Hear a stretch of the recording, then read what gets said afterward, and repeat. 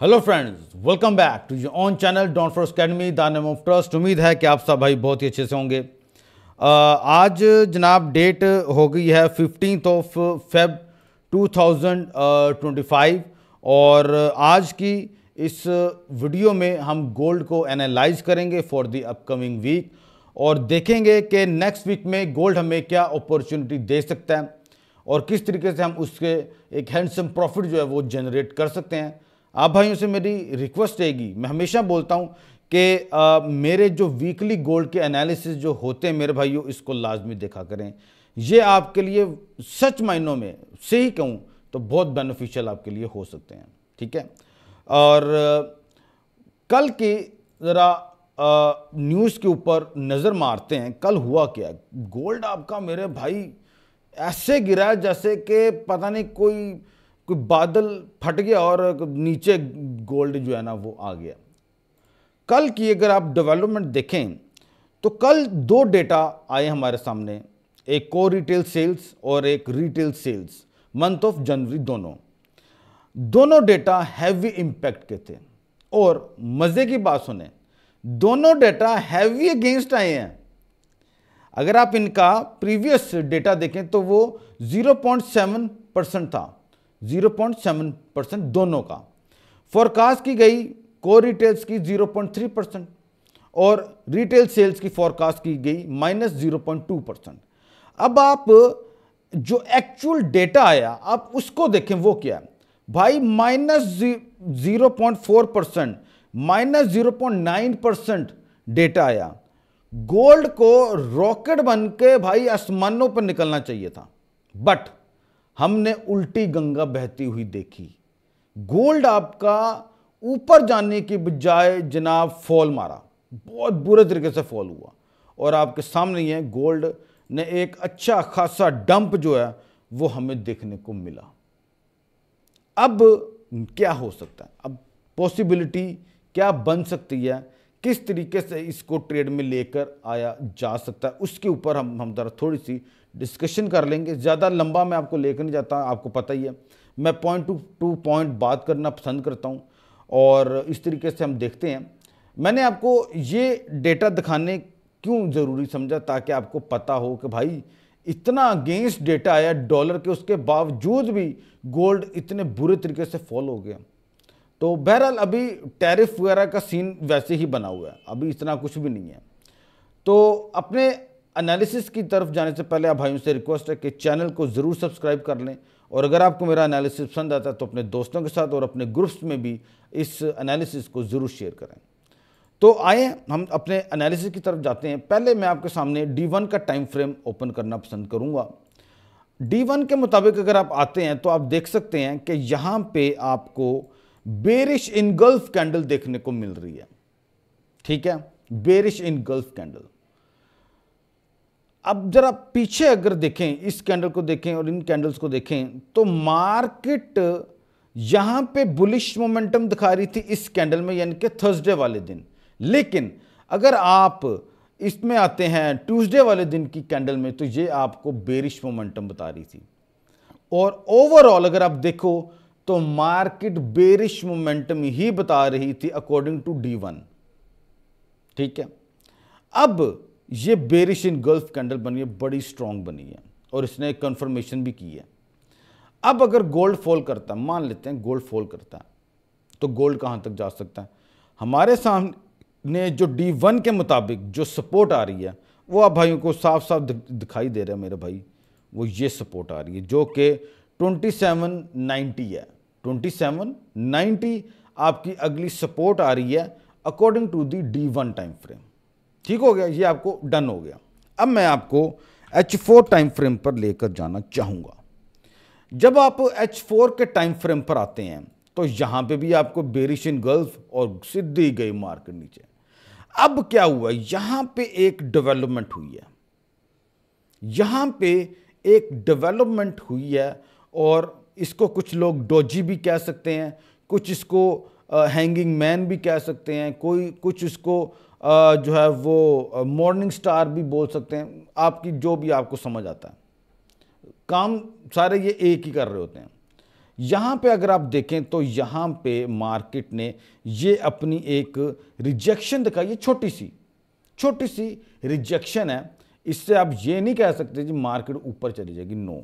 हाँ, अगर तो अगली कैंडल आपकी एक स्ट्रॉन्ग बाय की बन जाती है, एक स्ट्रॉन्ग बाय की, आपको समझ आती है एक स्ट्रॉन्ग बाय की कैंडल बनी है, तो प्रोबेबिलिटी बन सकती है कि गोल्ड अपना फिर एक नया ऑल टाइम हाई की तरफ निकल जाए। अब इसमें मैं कुछ आपको इधर एक डायग्राम बना के दिखाता हूं ताकि आप भाइयों के लिए ज़्यादा अच्छे तरीके से रहनुमाई हो सके, ताकि आप और मैं इस मार्केट को अच्छे तरीके से मज़ीद समझ सकें। अब आप ये देखें यहाँ पे क्या हुआ है, यहाँ पे एक डेवलपमेंट है, मार्केट की ये रेजिस्टेंस थी, ये सपोर्ट का काम किया, यानी कि रेजिस्टेंस बिकम सपोर्ट यहाँ पर आपका बना हुआ है। अब अगर मार्केट इसको रिस्पेक्ट करती है और अगली कैंडल इस तरीके से बना देती है, प्रोबेबिलिटी विल बी हाई कि गोल्ड आपका फर्दर यहाँ से जो है वो अपसाइड में मूव ऑन हो जाए। ठीक हो गया, ये चीज़ आपको क्लियर हो गई, ठीक है। अच्छा, अब मान लेते हैं कि इस तरीके से मार्केट मूव ऑन नहीं होती, मान लेते हैं यार ऐसा नहीं हो रहा यार, अब क्या किया जाए। D1 में हमने देखा कि बेरिश इनगल्फ कैंडल है, सपोर्ट हमने देखी 2790 पे सपोर्ट है, ठीक है, यानी कि वो बेरिश का बता रही है। H4 आपको अभी बाय नहीं बता रहा, मैंने अभी आपको बोला वो बाय नहीं बता रहा जब तक ऐसी कोई कैंडल फॉर्म नहीं होती। अपनी एक रेजिस्टेंस बिकम सपोर्ट पे अच्छी बात है, प्लस पॉइंट है, यहां से मार्केट ऊपर जा सकती है, एक तो चीज़ होगी। अब मान लेते हैं मार्केट इस तरीके से मूव ऑन नहीं होती, देन क्या है, फिर हम आएंगे H3 के टाइम फ्रेम पे। यहाँ पे एक बड़ी चीज़ आपको समझनी पड़ेगी। ये तो मैंने आपको बताया H4 के लिहाज से अगर कैंडल इस तरीके से बनती है तो मार्केट बुलिश हो सकती है, ठीक होगी, एक तो ये चीज़ होगी। मान लें कि मार्केट इस तरीके से नहीं बनती, मार्केट जनाब इस तरीके से बन जाती है, मान लेते हैं थोड़ी देर के लिए मार्केट यहाँ से बल्कि डाउन में आती है। अब मार्केट बल्कि डाउन में आती है, मैं इसको ज़रा थोड़ी देर के लिए साइड पे कर देता हूँ, इसको मैं क्लोज कर देता हूँ, ये तो आपको समझ में आ चुका हुआ है। मान लेते हैं मार्केट बेरिश की बन जाती है,